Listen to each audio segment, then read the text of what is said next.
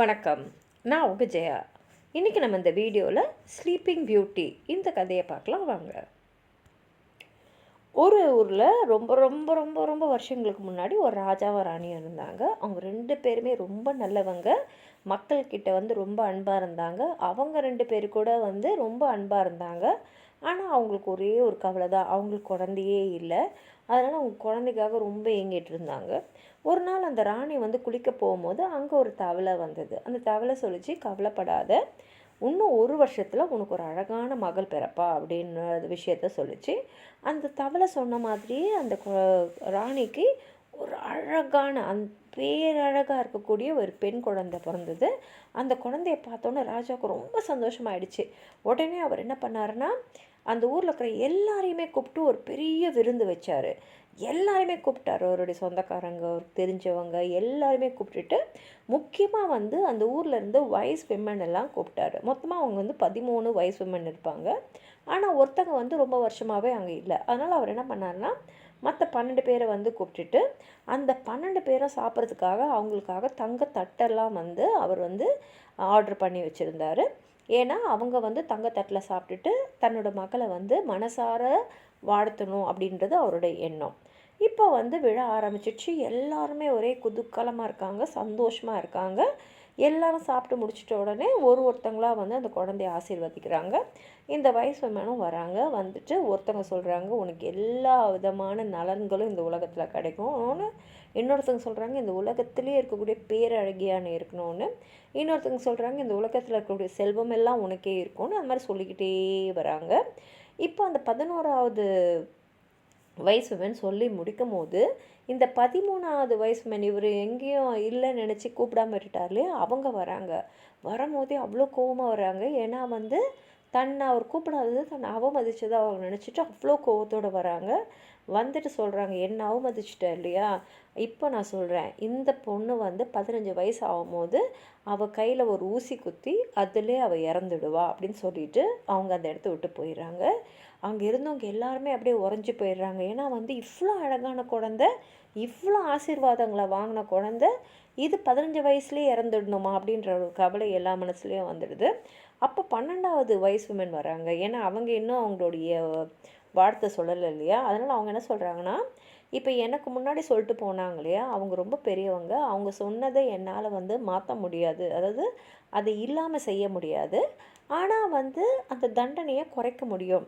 அதாவது இளவரசி இறக்க மாட்டாங்க, ஆனால் 100 வருஷத்துக்கு அவங்க ஒரு தூக்கத்தில் போயிடுவாங்க, ஆழ்ந்த உறக்கத்தில் இருப்பாங்க. அப்போ ராஜா அழுகுறாரு, ராணியும் அழுகுறாங்க, எல்லாருமே அழுகுறாங்க. இந்த குழந்தை வளர்ந்து அவங்க வாழ்க்கை எப்படி இருக்குன்றதை நாங்கள் பார்க்க வேணான் போது, அப்போது இந்த அம்மா என்ன சொல்கிறாங்கன்னா, சரி அப்போ நீங்கள் எல்லாருமே அவங்களோட சேர்ந்து 100 வருஷம் தூங்கிடுவீங்க, எல்லாரும் அப்படியே தான் இருப்பீங்க, திரும்பி 100வது வருஷத்தில் நீங்கள் எழுந்துட்டு அடுத்த நாள்லேருந்து உங்கள் வாழ்க்கையை ஆரம்பிக்கிற மாதிரி நீங்கள் இருக்கலாம் அப்படின்னு சொல்லிட்டு வார்த்தை கொடுக்குறாங்க. ஆனாலும் ராஜாவுக்கு எப்படியாவது தன்னோட குழந்தைய இந்த சாபத்துலேருந்து காப்பாற்றணும்னு நினச்சிட்டு அவர் என்ன சொல்கிறாருன்னா, இந்த ராஜாங்கத்தில் யார்கிட்டையுமே ஊசி இருக்கக்கூடாது, ஸ்பிண்டில்ன்றது இருக்கக்கூடாது, எல்லாத்தையும் தூக்கி எறிங்க அப்படின்னு சொல்லிடுறாரு. அதுக்கப்புறம் அந்த குழந்தை வளர்ந்துக்கிட்டே இருக்குது. அந்த குழந்தைக்கு எல்லா வரமும் கிடைச்சதுனால அது ரொம்ப அழகாக, ரொம்ப பணிவாக, ரொம்ப புத்திசாலியாக, எல்லா விதமான நலன்களோடு வளர்ந்ததுனால எல்லாருக்குமே அவளை ரொம்ப பிடிச்சிருந்தது. எல்லாரோட அன்போடு அவள் வளர்ந்துக்கிட்டே இருந்தாள். அப்படியே வருஷங்கள் ஓடுது. 15 வயசு அந்த பொண்ணுக்கு ஆகும்போது ஒரு முக்கியமான விஷயத்துக்காக ராஜாவும் ராணியும் வெளியில் போக வேண்டியிருக்கு. அப்போது இந்த பெண்ணு மட்டும், இந்த பிரின்சஸ் பேர் ரோசமெண்டு, அவள் மட்டும் தனியாக இருக்கா. தனியாக இருக்கிறதுனால அந்த அரண்மனையோட ஒரு மூலை முடுக்கெல்லாம் அப்படியே போய் தேடி எல்லா அறைக்குள்ளேயும் போய் சும்மா அப்படியே எல்லாத்தையும் பார்த்துக்கிட்டே போகும்போது அங்கே ஒரு படிக்கட்டு மாதிரி அப்படி சுற்றி சுற்றி போகிற மாதிரி ஒரு படிக்கட்டு இருக்குது. அந்த படிக்கட்டுக்கு மேலே ஒரு அறை இருக்குது. என்னடா இது, நம்ம இது இருக்குது, இதை பார்த்ததே இல்லைன்னு சொல்லிட்டு அவன் அந்த படிக்கட்டு வழியாக ஏறி போகும்போது அந்த அறை மூடி இருக்குது. வெளியில் ஒரு துரு பிடிச்ச சாவி இருக்குது. அந்த சாவியை திருப்பினோடனே கது திறந்துடுது. அந்த அறைக்குள்ளே பார்த்திங்கன்னா ஒரு வயசான பொம்பளை இருந்து அந்த ஸ்பிண்டிலில் அவங்க ஸ்பின் பண்ணிக்கிட்டு இருக்காங்க. அவங்களுக்கு இது எதுவுமே தெரியாது. அதனால் அவங்க ஸ்பிண்டில் கொடுக்கவே இல்லை. அவங்களும் இத்தனை வருஷமாக அந்த ஸ்பின் பண்ணிக்கினே இருந்திருக்காங்க. இப்போ இந்த இளவரசி அவங்கக்கிட்ட போய் என்ன பண்ணிட்டுருக்கீங்கன்னு போது, இல்லை நான் இந்த மாதிரி ஸ்பின் பண்ணிட்டுருக்கேன்னா, அப்படியா, அந்த மாதிரி பார்த்ததே இல்லையேன்னு சொல்லிட்டு அது கையில் எடுத்த உடனே அவங்களுக்கு கொடுத்த சாபப்படி அது அவள் கையில் குத்துது. உடனே வந்து அங்கே ஒரு பெட் இருக்குது, அந்த பெட்டில் அப்படியே போய் விழுந்து அந்த இளவரசி வந்து தூங்க ஆரம்பிச்சிடுறான். அந்த நேரத்தில் தான் ராஜா ராணியும் அரண்மனைக்கு வராங்க. அந்த இளவரசி தூங்கின மறுவினாடியே எல்லாருமே அங்கே இருக்கிற ராஜா ராணி, குதிரை, நாய், பறவைங்க, சுவரில் இருக்கிற ஈ முதற்கொண்டு எல்லாமே வந்து அப்படியே ஆழ்ந்த தூக்கத்துக்கு போயிடுறாங்க. 100 வருஷம் ஆகுது. அந்த அரண்மனையை சுற்றி ஒரு காடு மாதிரி வளர்ந்துடுது. அதுவும் அது ஒரு முள் காடு. ஆனால் இந்த செய்தி மட்டும் வந்து எல்லா இடத்துக்கும் போகுது, இந்த மாதிரி ஒரு அழகான இளவரசி வந்து தூக்கத்தில் இருக்கான்னு.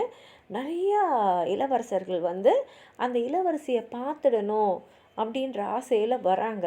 ஆனால் இந்த முள் காடு இருக்கு இல்லையா, அது அவ்வளோ உறுதியாக இருக்குது. யார் உள்ளே வந்தாலும் அவங்கள அப்படியே குத்தி கிழித்து வந்தவங்க எல்லாருமே இறந்துடுறாங்க. இப்படியே பல பல பல பல வருஷங்கள் 100 வருஷம் ஓடிடுது. அந்த அரண்மனையோடைய மேலே இருக்கிற உச்சி மட்டும் தான் வெளில தெரியுது, தவிர காடு தான் சுற்றியும் தெரியுது. நிறைய பேர் வரதும் வந்து ரொம்ப வருஷமாகவே வரதை நிறுத்திட்டாங்க. ஏன்னா போகிறவங்களாம் இறக்குறதுனால யாருக்குமே வந்து உள்ளே வர தைரியமும் இல்லை. ஆனால் இந்த கதை மட்டும் எல்லாம் வந்து அவங்கவுங்க பசங்களுக்கு சொல்லி சொல்லி சொல்லி சொல்லி இப்போ ஒரு வயசானவர் வந்து ஒரு இளவரசர் அந்த வழியாக வரும்போது அவர்கிட்ட வந்து இந்த கதையை சொல்கிறாரு. இந்த மாதிரி இந்த முள் காடு இருக்குல்ல, அங்கே மேலே உச்சியில் தெரியுதுல, அது ஒரு அரண்மனை. அந்த அரண்மனைக்குள்ளே ஒரு அழகான இளவரசி ரொம்ப வருஷமாக தூக்கத்திலே இருக்கா. அவள் பேர் ரோசமெண்டு அப்படின்லாம் சொல்கிறாரு. 100 வருஷமாக தூங்கின்னு இருக்கா. இந்த கதையை வந்து என்னுடைய தாத்தா எனக்கு சொல்லியிருக்காருன்னு சொல்லிட்டு இந்த வயசானவர் சொல்கிறாரு. அந்த இளவரசியோடு சேர்ந்து அந்த ராஜா, அந்த அரண்மனையில் இருக்கிறவங்க எல்லாருமே தூங்கிட்டு இருக்காங்க அப்படின்னு சொல்லும் போது இந்த இளவரசருக்கு ஆசை வந்துடுது. அப்படியா, அவ்வளோ அழகாக அந்த இளவரசி, இவ்வளோ பேர் பார்க்க போயும் யாருமே பார்க்க முடியலையா, அப்போ நான் போய் பார்க்க போகிறேன் போது அந்த தாத்தா சொல்கிறாரு, இல்லை இல்லை போகாத, யார் போனாலும் இறந்துடுறாங்க. ஏன்னா அந்த முள்ளெல்லாம் வந்து அவங்கள குத்தி கிழிச்சு சாப்பிடுச்சும் போது, இல்லை எனக்கு பயம் இல்லை, நான் போய் அந்த அழகான ரோசமெண்டை பார்க்க தான் போகிறேன் அப்படின்னு சொல்லிட்டு அவர் வந்து போகிறாரு. அவர் போகிற அன்னைக்கு பார்த்தீங்கன்னா அதுதான் அந்த 100வது வருஷம் முடிகிற அந்த நாள், அதாவது ரோசமெண்ட் எழுந்துக்க வேண்டிய நாள். அதனால் அந்த இளவரசர் போன உடனே என்ன ஆகிடுதுன்னா அந்த முள்ளெல்லாம் வந்து பெரிய பெரிய பூக்களாக மாறிட்டு இவர் போக போக அவருக்கு வழி விட்டுக்கிட்டே போகுது. இவரும் வந்து அந்த இடத்துக்கு வந்துடுறாரு. வந்து பார்த்தா எல்லாமே தூங்கின்னு இருக்கு, குதிரை, நாய், பறவை எல்லாமே. அப்புறம் அவர் உள்ளே வந்து பார்க்குறாரு, எல்லாருமே வந்து தூக்கத்துலேயே இருக்காங்க. அப்படியே மேலே ஏறி அங்கே இங்கேன்னு பார்த்தா ராஜா ராணிலாம் தூங்கின்னு இருக்காங்க. இன்னும் தாண்டி அப்படி இப்படின்னு போனால் அந்த டவர் கிட்ட வராரு. அந்த சுற்றின்னு போகிற படிக்கட்டில் அவரும் ஏறி போகிறாரு. ரோசமெண்ட் எப்படி அந்த ரூமுக்குள்ளே போனாலும் அதே மாதிரி தான் அவரும் போகிறாரு. பார்த்தா ரோசமெண்ட் தூங்கின்னு இருக்கா. அவ்வளோ அழகு, அவ்வளோ அழகு, அவ்வளோ அழகு. அவரால் அவர் கண்ணை வந்து எடுக்கக்கூட முடியல. அப்படியே பார்த்து மெய் மறந்து போய் அப்படியே குனிஞ்சு அவளுக்கு ஒரு முத்தம் கொடுக்குறாரு. அதே நேரத்தில் ரோசமெண்ட்டும் கண்ணை திறக்கிறா, அவனை அன்பாக பார்க்குறா. அவள் எழுந்த அதே வினாடி பார்த்திங்கன்னா ராஜா ராணி, குதிரை, நாய், பறவை எல்லாமே வந்து திரும்பி உயிர் வந்து அன்னைக்கு தான் அவங்க படுத்த மாதிரி எல்லாருமே எழுந்துக்கிறாங்க. எழுந்த உடனே எல்லாருக்கும் ரொம்ப சந்தோஷம். உடனே இளவரசருக்கும் ரோசமெண்டுக்கும் வந்து திருமணம் பண்ணிக்கிறாங்க. அதுக்கப்புறம் அவங்க வாழ்நாள் வரைக்கும் அவங்க ரொம்ப ரொம்ப ரொம்ப ரொம்ப சந்தோஷமாக வந்து வாழறாங்கன்னு கதை வந்து முடியுது. உங்களுக்கு எதாவது சொல்லணும்னு நினச்சிங்கன்னா கீழே இருக்கிற கமெண்ட் பாக்ஸில் எழுதுங்க. இந்த வீடியோவை லைக் பண்ணுங்கள், உங்கள் ஃப்ரெண்ட்ஸோடு ஷேர் பண்ணுங்கள். சப்ஸ்கிரைப் பண்ணாதவங்களாம் ப்ளீஸ் சப்ஸ்கிரைப் பண்ணி சப்போர்ட் பண்ணுங்கள். நன்றி.